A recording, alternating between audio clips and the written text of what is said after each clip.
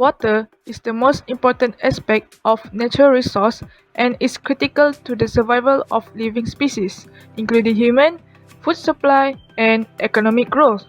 Today, many cities around the world are facing extreme water shortage and almost 40% of the world's food supply is being irrigated and a wide range of industrial processes rely on water. Water is the fundamental unit of life.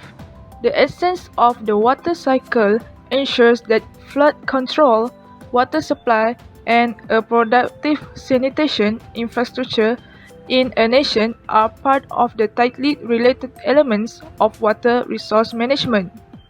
In Malaysia, approximately 95% of the water supply comes from inland river systems.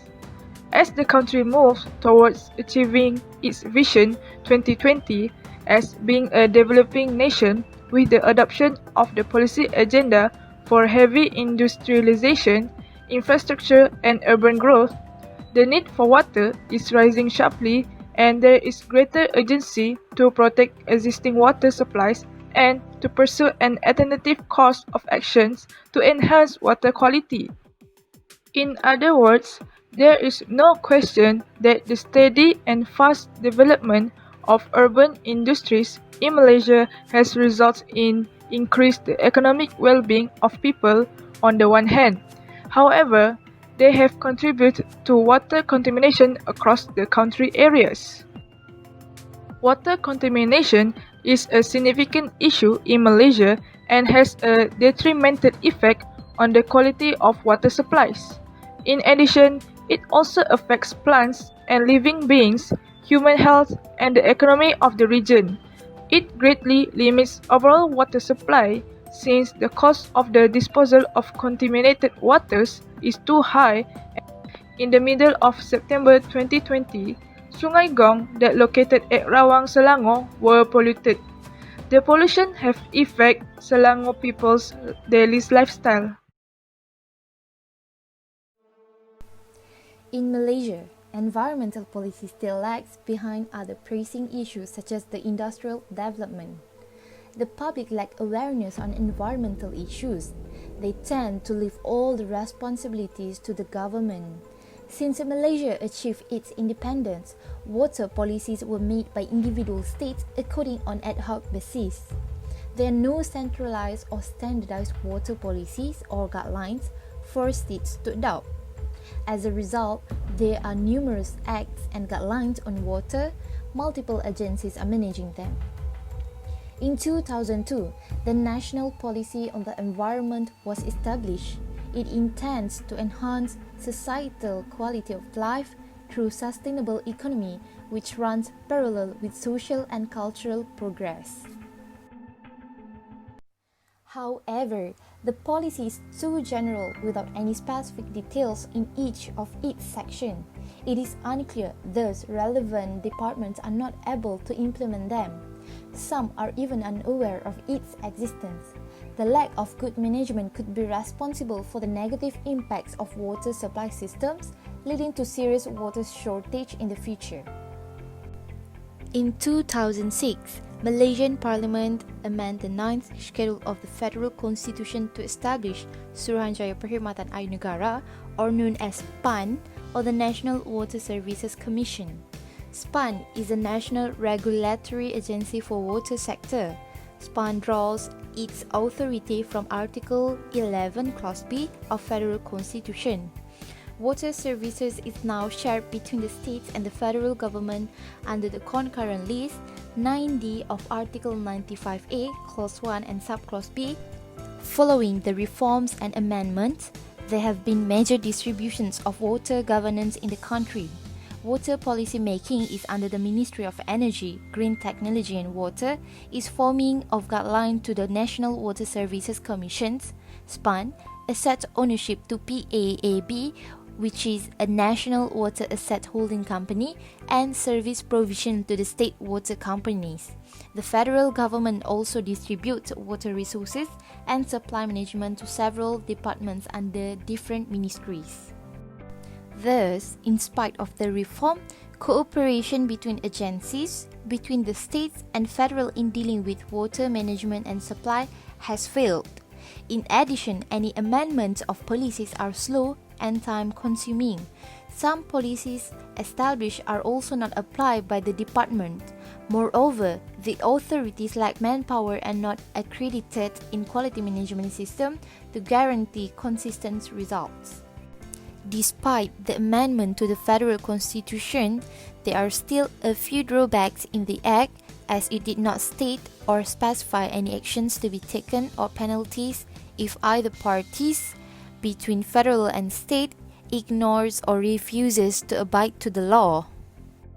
On the other hand, there are two solutions to combat the issue of water pollution in Selangor. Firstly, the short-term solutions.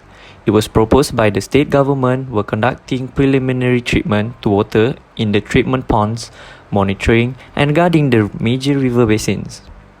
Using high-tech drones to conduct monitoring and amending the Selangor Water Management Authority or LUAS enactment. Secondly, as for the long-term measures, the proposals include relocating industries or factories that are at high risk of causing river pollution, implementation of zero discharge and polluters pay principle in industrial areas, water flow to water treatment plants to be drawn from ponds or lakes instead of river directly. Decentralization of water treatment plants throughout Selangor, interconnectivity between stabilization and main ponds, as well as aggressively implement non-revenue water programs.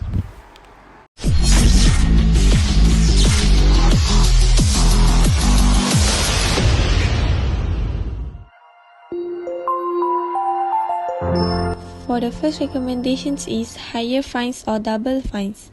The government needs to impose higher fines for water pollution violations and make it double fines to the factories who operated without any license from MPS, which is Selayang Municipal Council.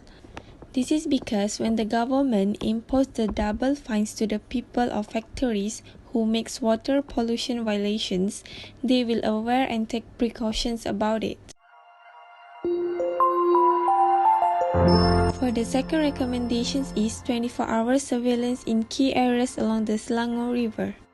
It is some things like the government need to always recheck all the factories' activities around the Selangor, which is the government can have 24-hour surveillance in key areas along the Selangor and Langat River basins, as well as installing more water telemetry devices as part of an early warning system. Telemetry systems are utilized in other areas of water management as well, such as sewer management and wastewater plants.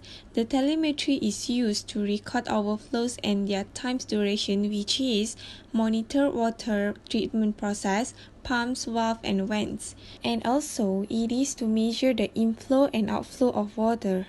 That's all from recommendation. To sum it up, all type of pollution is hazardous and come with grave consequences. Everyone must take a step toward change, ranging from individual to the industry, as tackling this problem calls for a joint effort, so we must join hands now. Moreover, the innocent lives of animals are being lost because of such human activities. So all of us must take a stand and become a voice for the unheard in order to make this earth pollution free. In conclusion, it is clear to everyone the problem associated with water pollution. It not only has an effect on flora, fauna and other living things in the short term, but has long-lasting effect that can take years or centuries to clean up. Many countries have laws to protect the environment and limit water pollution, but that is not enough to solve the many problems. People living on this planet have to be responsible and get involved in keeping our water supply fresh and clean. They must be familiar with water source and learn how to keep them clean. Disposing of industrial waste and household waste should be done in the proper manner to assure no harm to environment is done. Everyone needs to be more concerned with our water supply and product that can threaten it. They all must realize water is their source of life and it needs to be conserved and protected. Life is ultimately about choice, and so is water pollution. We cannot live with sewage-strewn fish, contaminated rivers, and fish that are poisonous to drink and eat. To avoid these scenarios, we can work together to keep the environment clean so the water bodies, plant, animal, and people who depend on it remain healthy. We can take individual or team action to help reduce water pollution. As an example, by using environmentally friendly detergent, not pouring oil down the drain, reducing the usage of pesticides, and so on. We can take community action to keep our rivers and seas cleaner. And we can take action as countries and continents to pass laws against water pollution. Working together, we can make water pollution less of a problem and the world a better place.